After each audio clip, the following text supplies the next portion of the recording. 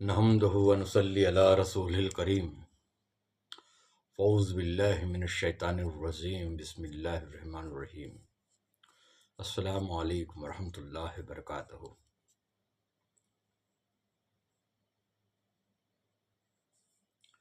अलिफ लाम मीम ज़ालिकल किताबु ला रैब फ़ीह हुदल लिल मुत्तक़ीन अल्लज़ीना युमिनूना बिल ग़ैबि व यक़ीमूनस सलात। बेशक यह है वो रोशन किताब जिसमें दलील है मुत्तकीनों के लिए, परहेजगारों के लिए, और वो ईमान वाले हैं जो ईमान लाए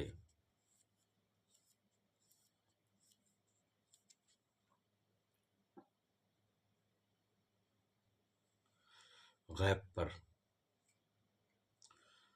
जो ईमान लाए आखिरत यानी कि बदले के दिन पर, जो ईमान लाए आज तक उतरी हुई तमाम किताबों पर और पैगंबरों पर, और जिन्होंने खर्च किया माल जो उन्हें अता किया गया है। ये ईमान की पैमाइश है। अब यहाँ पर जिस मौजू को मैंने पकड़ा, जिन्होंने कायम की नमाज, तो नमाज के ऊपर हमने पिछली सीरीज में 3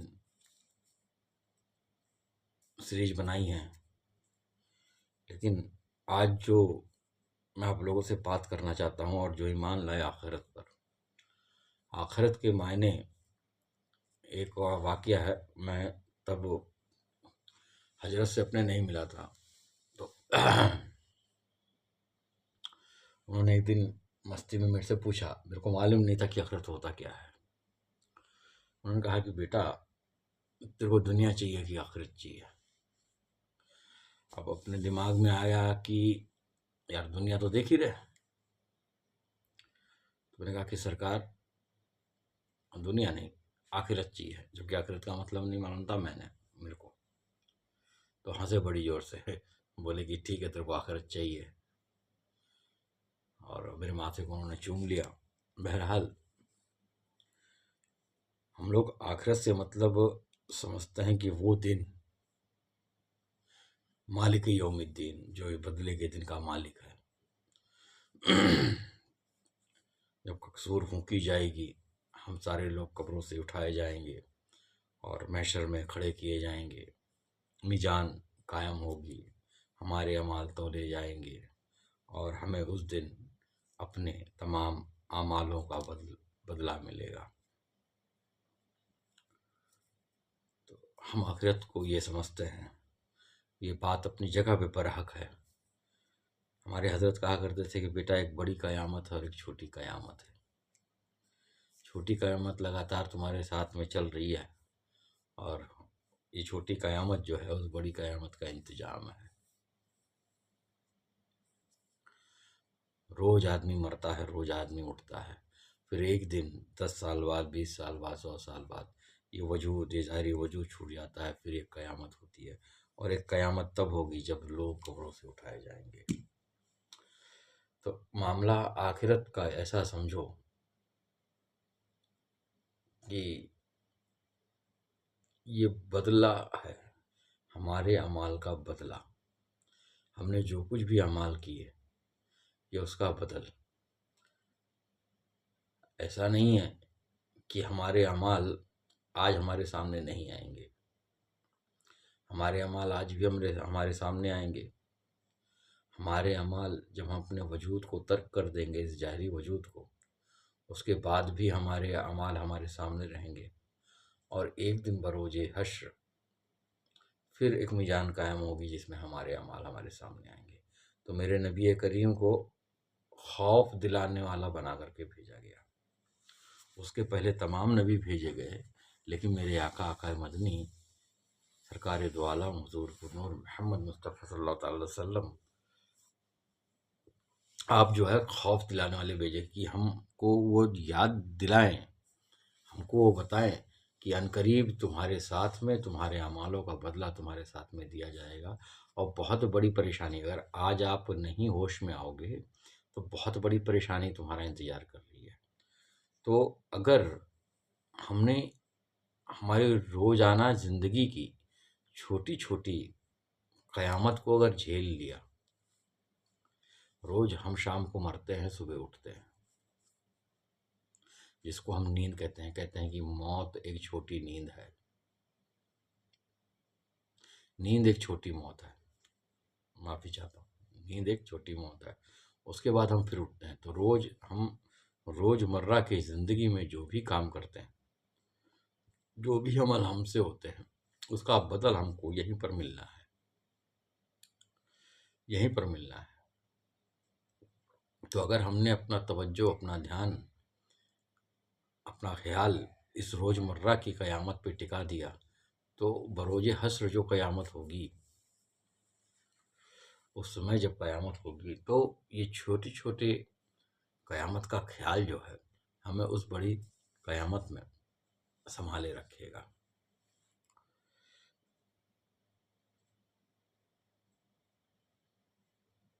फना और बका के मायने मायने को बड़ा समझना पड़ेगा। इस जाहिरी वजूद को मौत नहीं है। जाहिरी वजूद जो है वो चार अंसर से बना हुआ, वो यहीं पर छूट जाएगा, पानी पानी में, हवा हवा में, मिट्टी मिट्टी में। उसके बाद जो तुम्हारा असल वजूद बचता है, वो ख्याली वजूद जो तुमने बना रखा है अपने ख्यालों से, जो वजूद आपने बना रखा है, जो तुम्हारा नफसानी वजूद है, उस वजूद को मौत है। क्योंकि उसकी कोई हकीकत नहीं है, उसकी कोई हकीकत नहीं है। वो किसी के दम पर कायम है। और ये जिसके दम पर कायम है, सारे सवाल जवाब, आज रूह इंसानी की बात मैं कर रहा हूँ, सारे सवाल और जवाब इसी वजूद से होने हैं। एक इंसान, जैसे यहाँ के कोर्ट में, यहाँ के सरकार में, आपने चोरी किया आपको सजा है, आपने झूठ बोला आप फंसोगे, आप किसी को फंसा रहे हो आप आगे फंसोगे, अगर आप हसद रख रहे हो तो वो खुद तुमको जलाएगा, अगर आप लालच कर रहे हो तो बड़ी परेशानी में आप खुद फंसोगे। तो इस तरीके के रोज़मर्रा की ज़िंदगी में जो भी परेशानियां हमारे पास आए, उसका बदल ठीक हमारे सामने से ज़िंदगी में हमारे सामने आता है। और जब ये हद से गुजर जाता है, तो जो जब हम इस ज़ाहिरी वजूद को छोड़ते हैं और कब्र की ज़िंदगी में जाते हैं, तो जो हमने ज़िंदगी में किया है, जो भी हमने अपनी ज़िंदगी में किया है, ये बुत बन करके, ये वजूद बन कर के वहाँ पर मौजूद रहता है। क्योंकि हमने ज़िंदगी भर उल्टे सीधे काम किए, उल्टे सीधे अमल किए, तो वो जो तकलीफ़ है वो खुद ब खुद हमको सजा देगी, तकलीफ सजा देगी। इसको ऐसा समझें, जब आप किसी बात पर किसी से हसद करते हैं कि यार सामने वाले के पास अच्छा घर हो गया, अच्छा मकान हो गया, तो गोया हम अपनी आग में खुद जलते हैं। हम किसी के ऊपर गुस्सा आते हैं, हम किसी के ऊपर गुस्सा है, हमें गुस्सा आया, तो वो हमारे गुस्से से उसको, सामने वाले को कोई असर हो या ना हो, लेकिन अपनी आग में हम खुद जलते हैं। अगर हमें किसी की कोई सामान को लालच में आ गए, तमा आ गई हमारे अंदर, अब उस तमा की जो आग है उसमें हम खुद अपने वजूद को जलाते हैं। तो जब ये ज़ाहिरी वजूद नहीं होगा हमारे पास और यही सब ख्याल, यही सब खासियतें हमारे अंदर भरी पड़ी होंगी, तो बजाते खुद हम अपनी ही आग में, कब्र में जलेंगे। बजाते खुद हम अपनी आग में जलेंगे, और ये तब तक जलते रहेंगे जब तक कि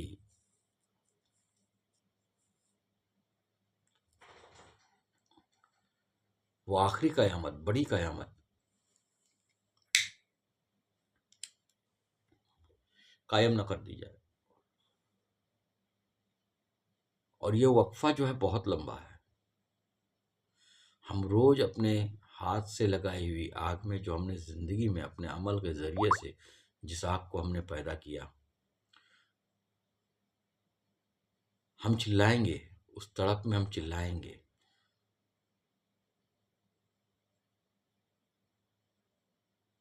तो आज अगर हम उस चीज से बच गए, तो हम कब्र में भी, जो हमारा बातिन है, जिसके ऊपर हिसाब किताब होना है, जो हमारा बातिनी वजूद है, वो वहां पर भी महफूज रहेगा। वो आलम बरज़ख है, वहां पर ये वजूद नहीं है, वहां पर ये वजूद नहीं है।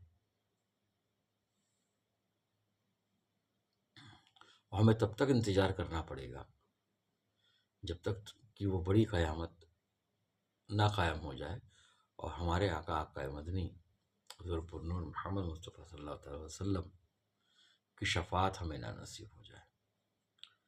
सरकार दो आलम की शफ़ाअत नसीब होना, ये भी एक नुक्ता है, ये भी एक नुक्ता है। नबी करीम का नूर जो है वो हमारी पेशानी में है, वो तो हमारे साथ ही साथ है। उस बगैर उस नूर के हमारे इस वजूद का कायम होना मुहाल है, ये कायम ही नहीं हो सकता। इसने तो हमें कभी छोड़ा ही नहीं, ना ही अनकरीब ये कभी हमें छोड़ेगा।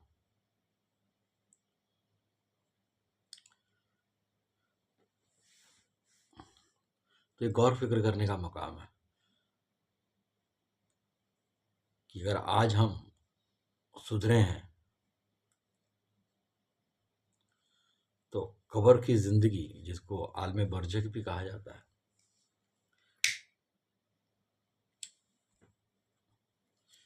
वो जिंदगी हमारी आसानी से बीतेगी। इस जिंदगी में हमने जो कुछ भी कमाया, वही हमारे साथ वहां पर रहेगा। जानते सब लोग हैं, कोई इस चीज का इनकारी नहीं है, लेकिन उसका फैसला आपको इसी जिंदगी में करना है। तो ये जो छोटी छोटी कयामत है, जो रोजाना हमारे ऊपर आती है, रोजाना जो मिजान कायम होता है कि आज हमने गलत किया, आज हमने, भाई एग्जाम्पल से मैं समझाने की कोशिश करूंगा कि आज हमने खूब मिर्ची खाई, तो सुबह सुबह हमें परेशानी होगी। इतना छोटा वक्फा है कि रोजाना हमको बदल इसका मिलता है।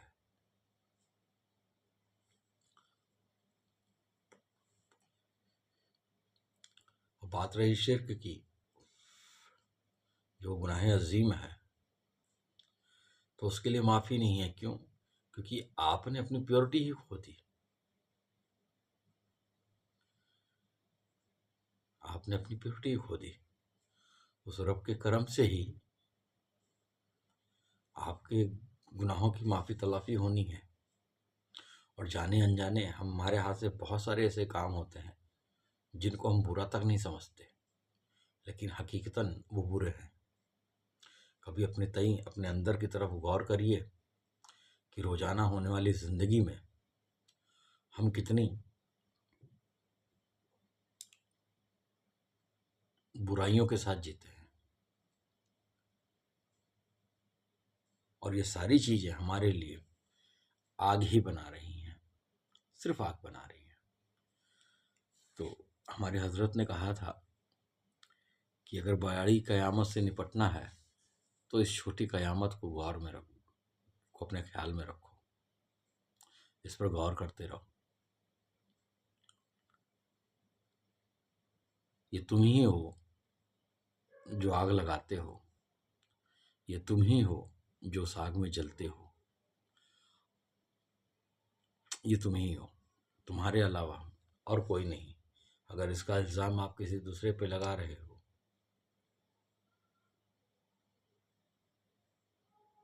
तो इस चीज को पैदा करने वाला तुम्हारे अलावा और कोई नहीं। इसीलिए अपनी ज़िंदगी को इस तरीके से जियो, अपनी ज़िंदगी को इस तरीके से निभाओ कि जो चीज़ तुम कब्र तक लेके जाना चाहते हो अपने,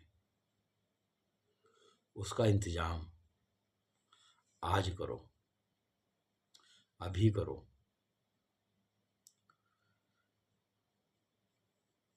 दरूद शरीफ की तिलावत करना, कुरान पाक की तिलावत करना, 5 वक्ता नमाजी होना, नमाज का कायम करना, ये सब तुम्हारे को अंदर से, जो तुम्हारे अंदर की शैतानी खसलतें हैं, ये इनको हटा देगा, ये इनको मिटाएगा और आपको एकदम प्योर, दुनिया में आप हो, दुनियादारी आप कर रहे हो, तो उसके अंदर होने वाली जो गलतियां हैं, है ना, उसके अंदर जो होने वाली गलतियां हैं वो अपने आप कम होती चली जाएंगी। जब दिल जिंदा होगा तब ये जो शैतानी खसलते हैं ये अपने आप मुर्दा होने लगेंगी। जब रब की पहचान हो जाएगी, तुम रब की पहचान में जीने लगोगे, उससे जुड़ जाओगे। अब एक तरफ तुम रब से जुड़ गए और दूसरी तरफ दुनियादारी वाली गंदगी, तो ये दोनों साथ साथ चलेंगी। शैतान ने कहा कि मैं सिराते मुस्तकीम की राह पे ही बैठा रहूंगा, वो नहीं जाएगा, उसका तो अहद है, वो बैठा रहेगा। तो दोनों साथ साथ चले जाएंगी कि जब तुम दुनियादारी करोगे तो ये मुमकिन है कि तुमसे बहुत सारी गलतियां हों। हम औलाद आदम है, इससे इनकार नहीं है, लेकिन जो मेन मुद्दा है कि हम अपने रब की निस्बत को पकड़े रहें, इसको मजबूती से थामे रहें। तो हमने मजबूती से किस चीज को थामा है, यह गौर करने का मुकाम है। तो अपने रब के दामन को बजरिए इश्क, बजरिए लगन, बजरिए तवज्जो, बजरिए दरूद, बजरिए नमाज, बजरिए विर्द, जिक्र और अशगाल थामे रहो। अगर इसको थामा हुआ है आपने, तो कब्र में भी ये आपका साथ नहीं छोड़ेंगी। आज तुम न छोड़ना, कल ये नहीं छोड़ेंगी। हदीस है कि हर आदमी अपने इमाम के साथ में उठाया जाएगा। इमाम वो नहीं जिसके पीछे तुम नमाज पढ़ रहे हो, जिसके पीछे तुम चल रहे हो। तुम नियत करते हो, खड़े होते हो, तो नियत की मैंने पीछे इस इमाम की, तो वो नहीं है। इमाम तो यहाँ बैठा हुआ है कि ये कहाँ जा रहा है। अगर ये दुनिया में जा रहा है तो दुनिया तुम्हारी इमाम, अगर ये गंदगी में जा रहा है तो गंदगी तुम्हारी इमाम, अगर ये शैतानियत में जा रहा है तो शैतान तुम्हारा इमाम। ये फैसला पूरा का पूरा तुम्हारे हाथ में है। इस बारीक नुक्ते को अगर तुम समझ गए तो उस बड़ी कयामत का इंतजार ना करो, वो जब होगी तब होगी। लोग कहते हैं कि मेरी जिंदगी में इतनी तकलीफें क्यों।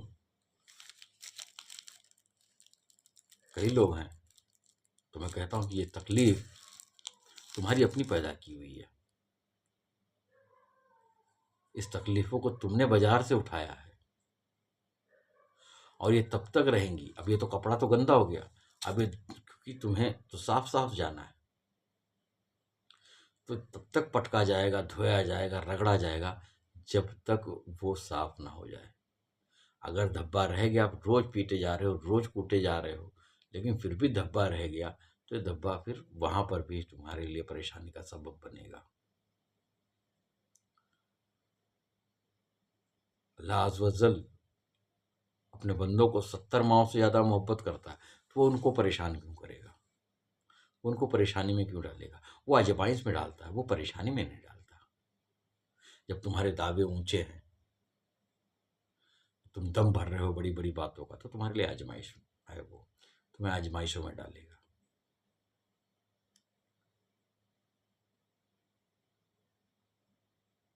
लेकिन वो 70 माओं से ज्यादा मोहब्बत करता है। तो इस परेशानियों को खरीदने वाले तुम खुद हो, और ये रोजाना होने वाली जो कयामत है, तुम्हारा दिमाग, तुम्हारा ख्याल उस पर नहीं जा रहा है, तो इस पर गौर करो और ये छोटी छोटी रोजाना होने वाली कयामत को समझो। इसको समझो। मौला हम सबको अमाल हसना की तौफीक अता फरमाए।